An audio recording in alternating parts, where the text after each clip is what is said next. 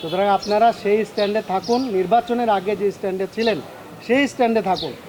দেশ গড়ুন, নতুন বিপ্লবের যে মাধ্যমে আমরা দেশ পেয়েছি, এই দেশকে আপনারা নতুনভাবে গড়ুন। আপনারা যদি ৭২-এর সংবিধানে ফিরে যান, তাহলে পরে দেশও ৭২-এ ফিরে যাবে। দেশ এখন 2026-এ আছে, 24-এর বিপ্লবের পরে 2 বছর অতিক্রম হয়েছে। সুতরাং ৭২-এ ফিরে যাওয়ার সুযোগ নেই। আপনি গণভোটের গণরায় মেনে নেবেন জন্য, গণভোটকে হ্যাঁ বলবেন জন্য আপনি জনগণকে ওয়াদা দিয়ে আপনি নির্বাচনে এসেছেন, নির্বাচনে জয়লাভ করে আপনি ক্ষমতায় বসেছেন। আপনি মসনদে বসার পরে আপনাদের ডিফ্যাক্টো প্রধানমন্ত্রী বলতেছেন যে না, এইটাই গণভোট, এটি ৭২-এর সংবিধানে নাই। ৭২-এর সংবিধানে গণবিপ্লব ছিল না, ৭২-এর সংবিধানে গণ অভ্যুত্থান ছিল না, কিন্তু 24-এর গণ অভ্যুত্থান হয়েছে, বিপ্লব হয়েছে।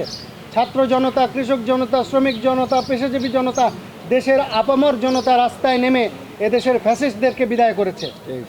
সুতরাং আমরা চাই 24 পরবর্তী বাংলাদেশে নতুন কোনো ফ্যাসিস্টের জন্ম না হোক। আপনারা দেশের মানুষের ম্যান্ডেট নিয়ে ক্ষমতায় এসেছেন, আপনাদেরকে আমরা সাধুবাদ জানাই।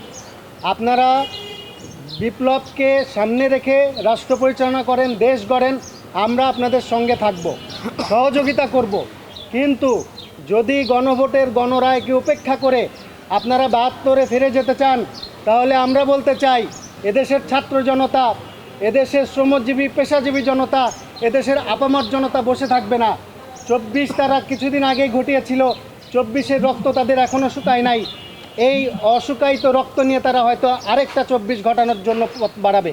সুতরাং আমরা আবারও বলছি, এই গণরায় মেনে নিন এবং গণরায়ের ভিত্তিতে জুলাই সনদ বাস্তবায়নের মাধ্যমে আপনারা দেশকে এগিয়ে নিয়ে যাবেন। আমরা আপনাদেরকে সহযোগিতা করব।